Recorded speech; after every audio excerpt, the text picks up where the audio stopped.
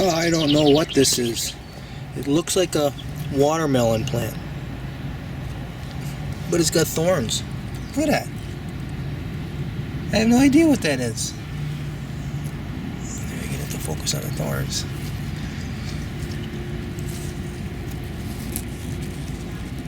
Ooh, they're sharp. Look at that. I don't know if I planted that. I mean, I lose track of some stuff, but what would I plant that has thorns like that? Other than maybe a gooseberry. That is no gooseberry leaf. Huh.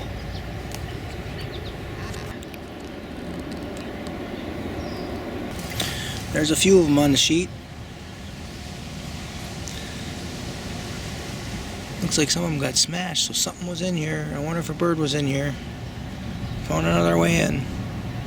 You see there's stains there on that sheet, and there's no berry there. No, oh here, another hole. You that? I wonder if he's sitting on here and picking at it. I'll betcha. I'll fix them. There, so I put another layer of mesh over the top. So this one isn't connected and isn't tight. If they land on here, it's going to be harder for anything to pick a hole through. Right here is the hole, the brand new hole. Where's the brand new hole? Here's the brand new hole right here on the second layer. So I've already had them get caught up in the netting, and I hear them squawking, and I have to come and rescue them. But what we want to do is we want to save these berries, so I'm only going to have it on here for a couple weeks, and then it's coming down. I like to save a couple of quarts in the freezer and eat a couple quarts. And I'll have more than that, you know. Hopefully I have 2-3 gallons when it's all done with all the different bushes I have. Here's another hole right here, so I'm going to have to get some string and tie that up. I'll be darned. I'm glad I didn't try to catch her vigorously. Better to figure out how she's getting in here.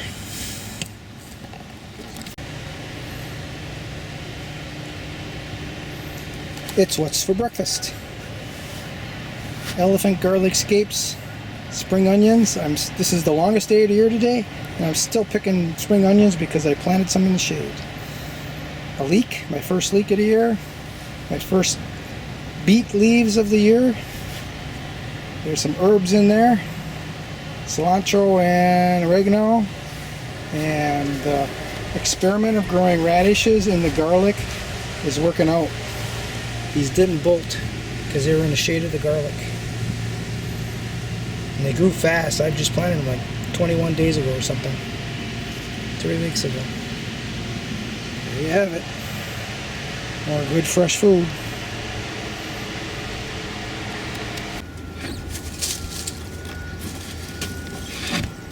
Oh, there's some. Yeah, there's some in here yet. Okay. Just gotta dig around. Yeah, you know, this is a big tub and I really don't have too many in there. I see a real little one there too. This is the most hardy kiwi blossoms that are male that I've had ever. This is the only one, the only male that's blossoming, and it's just loaded. The blossoms are everywhere on this plant. That's a nice picture here, huh?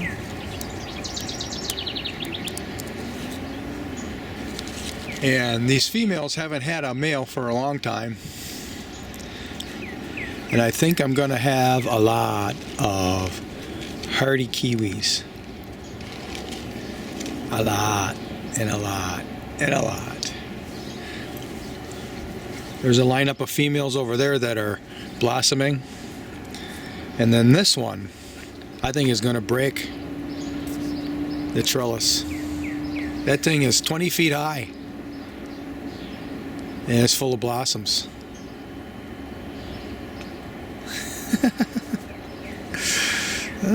Breaking a trellis because of the weight of the kiwis, maybe that's a good thing. There's just blossoms everywhere in this thing. I think this one is I know this is the largest kiwi on the property, and I think it's because it's right here next to the water tank and it gets all the overflow. When the tank is full, it flows down right to its roots. It's a massive vine already. They planted it in like 2012 or something.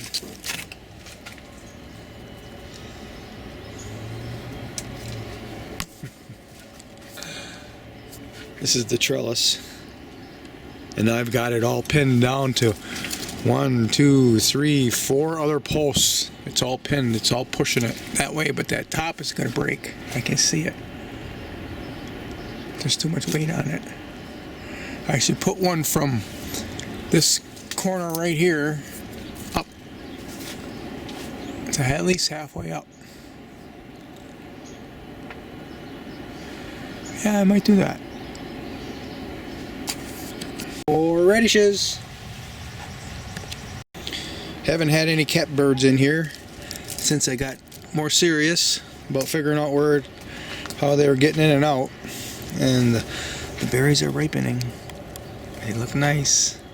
I got a second layer of netting over the top, and then we found that hole the last time I was in here chasing a catbird, and that hole's been patched up. Right here. I put the 2 chicken wires together, and I remember attaching it together up here so that I could stretch everything out, but I don't remember doing any work down there, and there was a big hole there. So we fed catbirds for 3-4 days until I figured it out. I bet I lost a quart or 2. Yeah, that's good.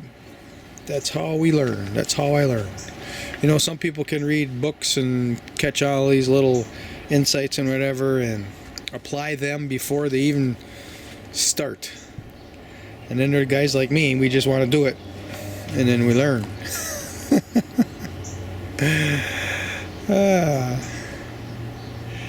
Yeah, well, you know, we're not idiots, because when we learn, we change our ways.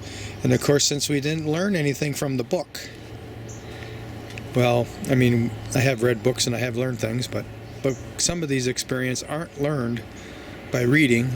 Because of that, we have different, more novel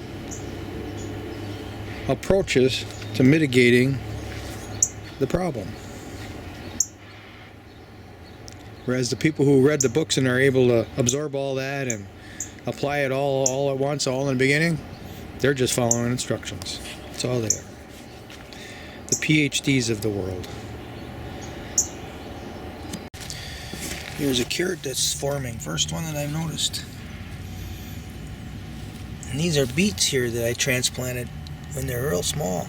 They're doing quite well. I'm actually taking some of the leaves and eating them in salads now. And this is that weird plant. Looks like a watermelon leaf, but it's got spikes on it. So it's some type of a gooseberry hybrid, I think. They got lots of gooseberries on the property. I didn't bend my head over far enough.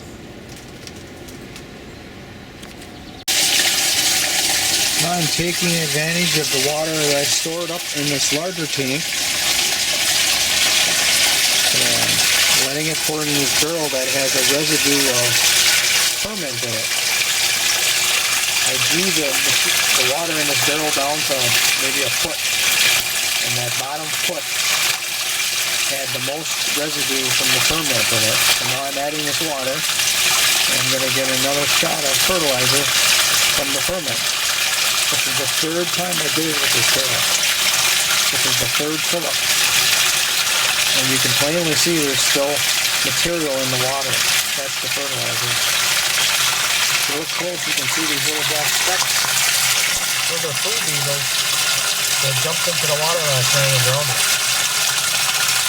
So now I can even use the food beetles as fertilizer.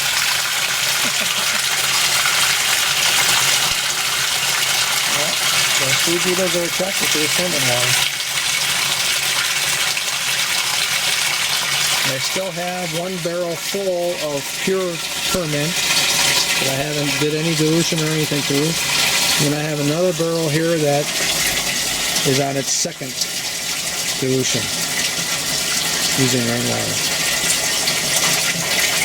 I think last year or 2 years ago, or maybe even longer than that, I did one with 5. And at the very end, the water was getting a lot clearer, but you could barely see there was still a little residue in it. So, 5 barrels. This is the third one, and we'll do 2 more, according to that experiment. So we'll see if we can affirm it. With 5 barrels of water mixed with the residue ferment. I'm making water with this rainwater, but I'm wanting to do multiple things at the same task. So here we have 3 going on. One is I'm obviously using rainwater to water the plants. They need water. It's attracting flea beetles and killing them. And have a fertilizer component to the rainwater.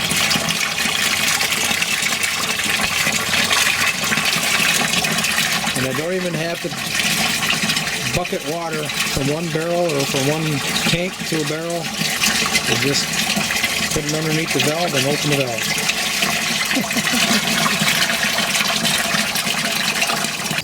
55-gallon drum that fermented a bunch of green plants in it from last year.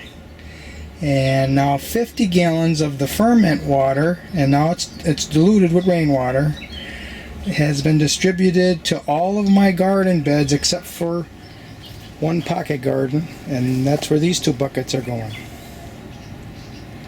Now I love these square buckets because you can direct the water flow through one of the corners, and it's easy to fill up a sprinkling can that has a narrow opening at the top. You can see how thick that is because I'm at the bottom of the mix. And now this is the 3rd dilution that I've taken from this barrel. I'm going for a 4th. So I'm going to have to get going and get these 2 barrel buckets watered on the garden because I got to get back before this fills up. Oh, and here are some of the green plants that were in that barrel that I fished out. That's from last year, those green plants. They're still green. That's just amazing. First time I ever tried that. Not a problem. So I could even took my time a little bit more. I'll know next time. Finish. And here are the watering tools of the trade.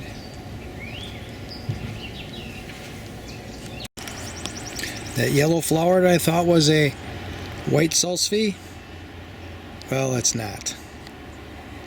Because I have black salsifys over there, and look at the color of those flowers.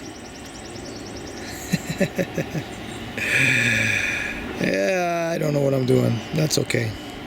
I'm going to try anyways.